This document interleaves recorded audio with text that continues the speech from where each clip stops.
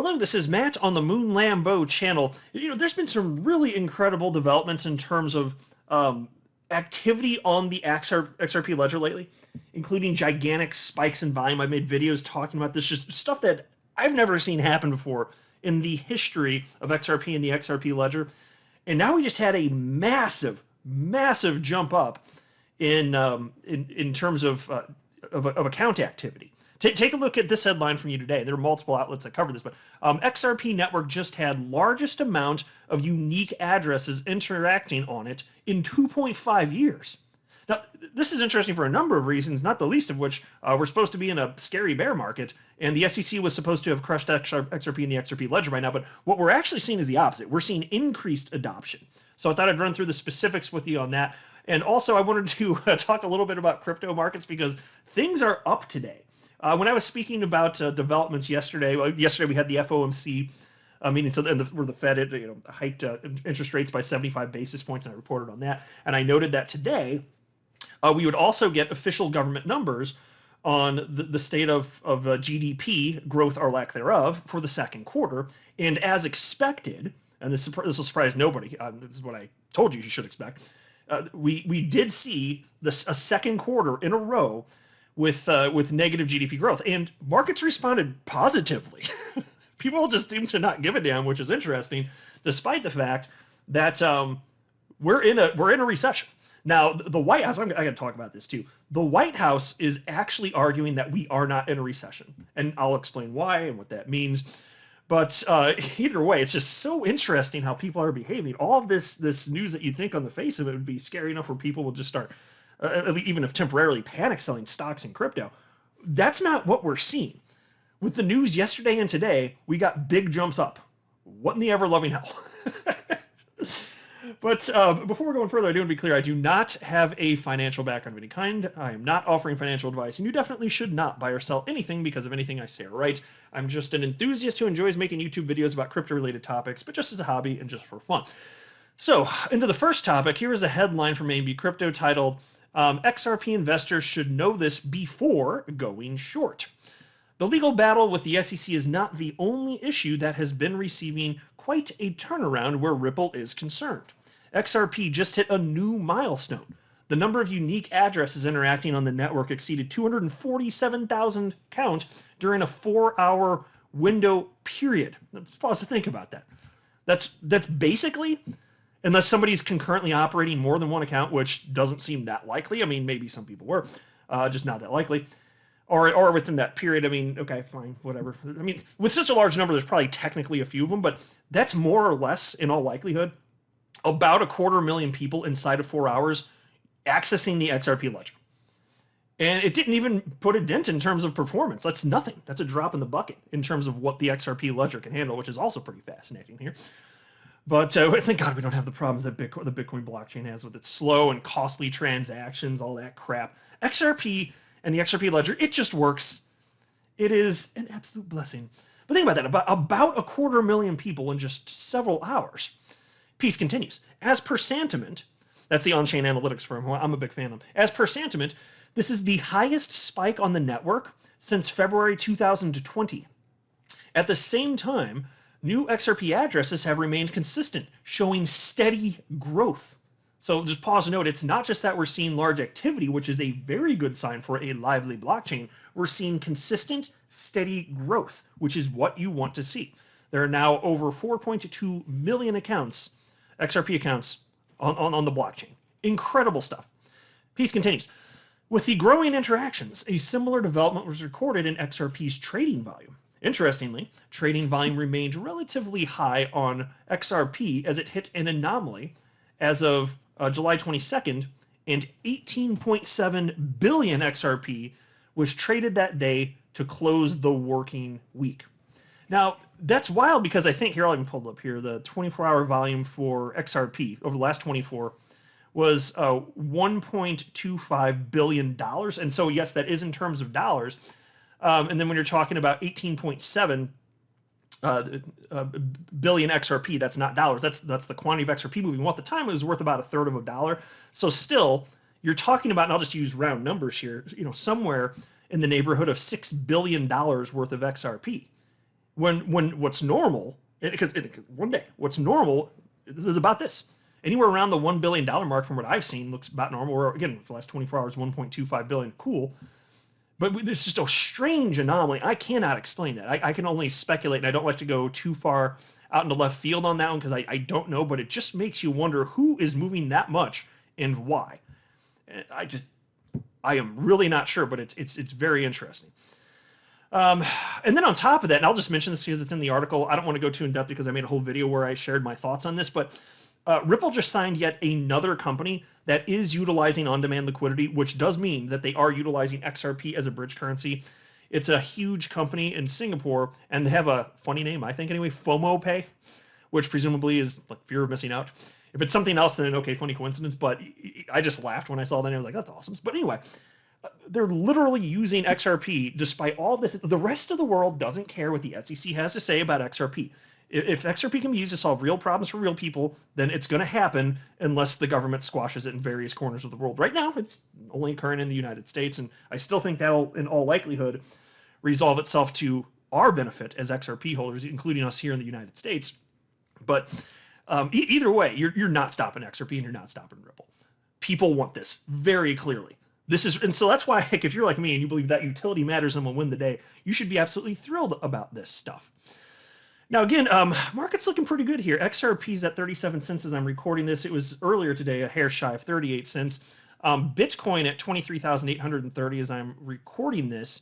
And it got up to what? 24-hour high of $24,163. So you can see here's the 24-hour chart. It's so interesting getting this seriously negative news about the recession, despite what the White House is arguing about it. And still, people are like, yeah, whatever. And it caused the market to jump. In fact, take a look at the Crypto Fear and Greed Index. It hasn't been this high in a long time. It's at 39 out of 100, indicating, yes, market participants, they're still in fear. But, when you get to 50, I believe right at 50, that's when people are feeling neutral according to this particular index. But that's good. We haven't seen it that high in some time. It's just been scary down. But like I've said many times, at some unknown point in the future, we will enter extreme greed again. So the fact that we are at extreme fear never fazed me because I know it just won't stay like that forever. We're going to keep seeing this asset class continue to be adopted and grow. So of course that's going to bounce back. And now we're seeing it to some degree move in that direction. Doesn't mean it can't go back lower for whatever period of time, but come on. It doesn't make sense to be fearful of this stuff. Now take a look at this headline. This was from CNN, of all places. And their headline from this morning is as follows. If it looks like a recession and quacks like a recession, ... Is the United States heading for a recession, or is the economy already in one? It almost doesn't matter. For many Americans, it already feels like a recession. Soaring prices for, well, just about everything. Make it tougher to pay for everyday expenses and monthly bills. The stock market has tanked this year. Home sales have started to slip. Consumer confidence is low. People are preparing themselves for the fact that we are already in a recession now, or that there is a high likelihood we will soon be in one, said Heidi Farag, a partner and associate director at Boston Consulting Group. So look, we got the actual numbers, and it's what's interesting. So this is the what the hell? The United States Bureau of what the hell's their name? There we go. U.S. Bureau of Economic Analysis. That's the name of this organization. It's an official government website right here. And here you can see that the first quarter of this year, GDP was down 1.6%. And for the second quarter, the numbers are just released today, down 0.9%. Now, let's be real here. The way that my entire life that people have determined whether or not we're in a recession is by a technical definition of back-to-back quarters in which there is negative GDP growth. So that's what everybody has accepted. And the White House is saying effectively, don't believe your lying eyes. You are not in a recession. They literally are arguing that we're not in a recession. And they're also arguing that this isn't the technical definition. There's an organization, I forget what it stands for now. It's NBER. I pulled them up the other day.